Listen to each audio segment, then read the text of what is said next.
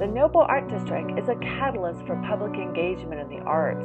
As part of the inaugural Boulder Arts Week, we reached out to spoken word artists that are in our community with more opportunities to showcase their work. We paired up our visual artist members and our community spoken word artists and let them define how they were going to work together. We've had poets painting and artists writing prose, painters illustrating poems, reception food mirroring Indian fables, friendships nurtured, projects turning into long-term collaboration.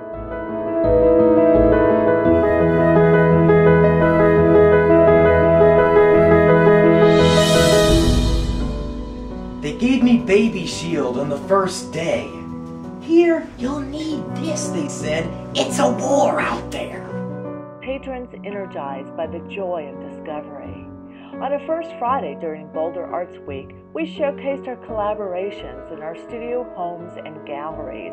And then on the following Saturday, we all came together at the Blue Barn to share both the experiences and the work with our fellow collaborators and community. The results were profound, sweet, and life-affirming, thanks to the engagement and devotion by our artist community. I did a studio visit and I took some photographs of pieces that I enjoyed particularly, and then I took them back to my desk, my little cubby hole where I write poems every morning, or try to write poems. The first poem, I'm just going to come over here, is about this piece here, and it's fairly straightforward in a certain way, but it's called Evidence of Mystery. Faceless heads with hats, two empty ovals capped. Above them a painter's sky that a winding brush has mapped. Some torsos are on this walk. Red suns provide them MRIs. And like conclusive evidence, an enormous fingerprint flies. Welcome, I'm Annette Coleman from the Noble Art District. And last night, I know many of you were part of our artist, poet, or spoken word artist collaborations.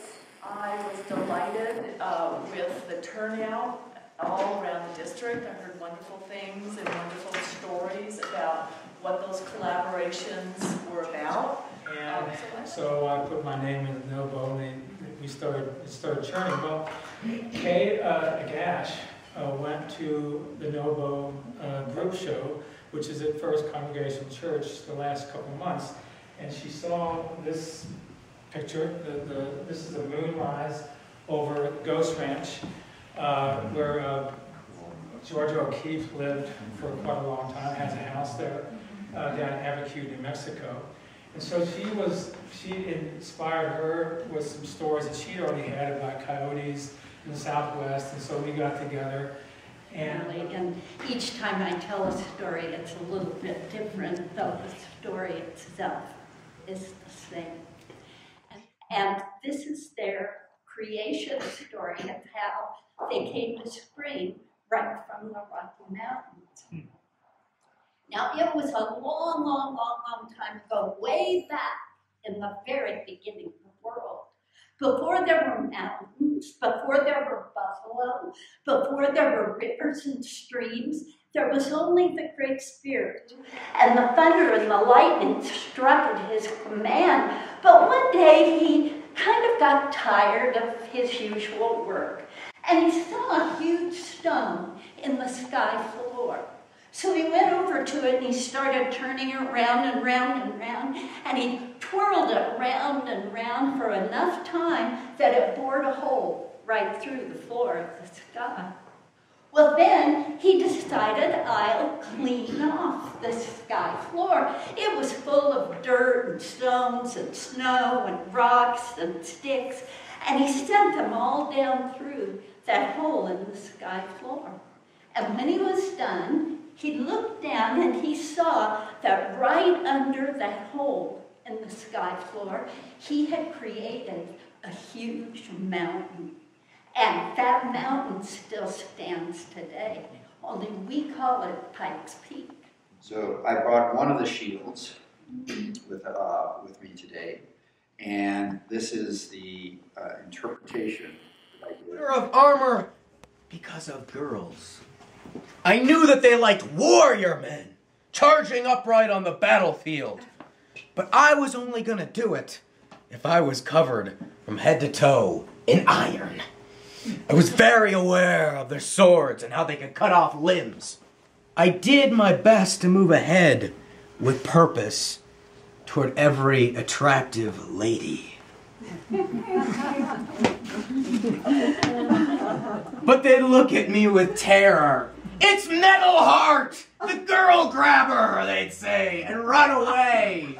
I tried to catch them, to explain how I was fleshy and tender inside. But whenever I'd move faster to get them, I'd trip and fall down. Suitor of armor was so heavy, it was always very hard to get back up. I'd look like a dead knight for a very long time before gathering enough strength to lift myself back up.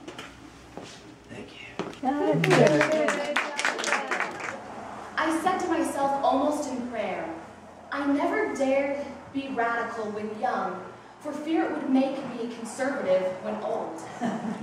Water is water, the universe is a lady. She fought cancer valiantly. On glossy wires, artistically bent, but have some pity on us who have to work, as it is. I asked Michelle to highlight some of the more visual parts of the book, and so she gets to this Museum of Lost Objects and she falls through this Milky Way-like space. About this girl who lives in a very fancy suburb of Detroit. Her father dies, and her mother gives all his stuff away, and there's this magical book that her father had read her as a child, and she needs it back, because that's what's going to set everything right. Lacie walked through a haphazard collection of items on shelves. There were a few hats, 2 paper coffee cups, 3 pairs of boys' underwear, a doll, a dog, who seemed alive and very happy, and several dozen tires in various states of disrepair. So the poem is entitled Multimedia Mama Mama for Annette Coleman. She prizes the marks of time. Those nicks and cuts are ticks and tocks. Their storylines she hauls through time. And time, she knows, time shadows every work. And so we see, the taller the tree, the longer the shadow. And so it can be, the harder the life, the brighter the smile. And so it is, we never do anything alone. Somewhere there is a foremother who guides us. Even in the loneliest journey, we walk with the source. She has taken wood and paint. Tonight, we all add love. She has given us her dreams. Tonight, we all add love. She has taken castaway things and mothered them home. Tonight, we all add love. Thank you so much.